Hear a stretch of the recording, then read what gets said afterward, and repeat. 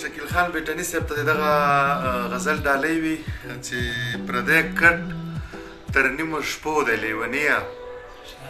پردی کټ تر نیمو شپو د لیونیه محبت هم په پیسو د لیونیه پردی کټ تر نیمو شپو د لیونیه محبت هم په پیسو د لیونیه واسکټ واخله خولۍ واخله څادر واخله شکیل جانه واسکټ واخله خولۍ واخله څادر واخله دا وطن د پښتنو د لیونیه دې وطن کې زه او ته خپلواک نه یو دا وطن خو د پردو د لیونیه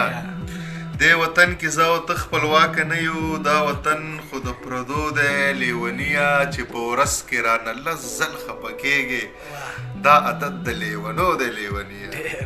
مننه چې په ورځ کې رانه لس ځل خفه کېږې دا عادت د لیونو د لیونیه او د سیند غاړه دسمبر د مازدیګر دی د سیند غاړه دسمبر د مازدیګر دی دا منظر خو د کتو د لیونیه مننه د سیند غاړه دسمبر د مازدیګر دی دا منظر خو د کتو د لیونیه ستا نامه یې په محفل کې اورېدلې دا زهیر چې په سلګو د لیونیه ستا نامه یې په محفل کې اورېدلې دا زهیر چې په سلګو د لیونیه او درې نور شعرونه دي چې منې په ستړي ستړي ژوندانه کې را سره و دا د بلال ته سلیم ته ډالۍ سلیم جان ته ډالۍ وي چې منې په ستړي ستړي ژوندانه کې را سره و یو څوک و چې د زړه غوندې په زړه کې را سره و یو یاد و چې زمانه غیر چاپېره تاوېدلو یو درد و چې د ستورو په کاله کې را سره و او مالوچ مالوچ بدن یې ما نه اوس هم نه هېرېږي شکیل خانه وایي مالوچ مالوچ بدن یې ما نه اوس هم نه هېرېږي باران را ورېدلو او په غره کې را سره کونړ سیند چپې مې وړې ما ډوبوینه بې ننګه یار مې راته لاس نه راکوینه وړې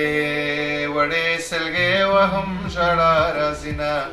وړې وړې سلګۍ وهم ژړا راځي نه ای زما خپلانه ښیوسه د ګلاب ګلانه ښیوسه زه تر کابلانه ښیوسه ای د لاس مې بلانه ښیوسه دسمال مې موړه زه پرې اوښکې پاکومه دسمال مې موړه زه پرې اوښکې پاکومه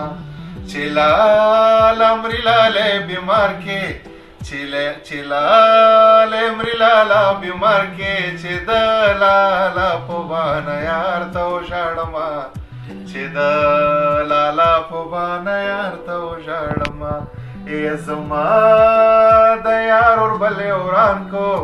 زما د یار اوربلې وران کو سیلۍ په لاره د ړندو په شان ځینه سیلۍ په لاره د ړندو په شان ځینه چې مړه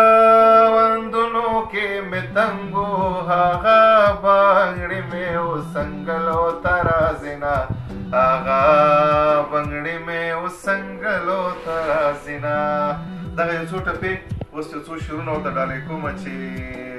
څنګه سړی دی د هیچ چا په حافظه کې نشته ورپسې ګرځمه په ټوله خاریه کې نشته پلاره دا ته څنګه شهید یې د وطن په خاوره پلاره ستا قبر خو په ټوله هدیره کې نشته چې ستا ښایست وګورې خپله به زرې زرې شي ته دا منې چې دومره توان په آینه کې نشته څومره چې زور دی د قلم په چلولو کې نو خدای به پښتونه دومره زور خو په وسله کې نشته او هغه غزل چې تا بېګا په ترنم کې وایه هغه غزل خو د ظهیره کتابچه کې نشته ډېره مننه خوشحاله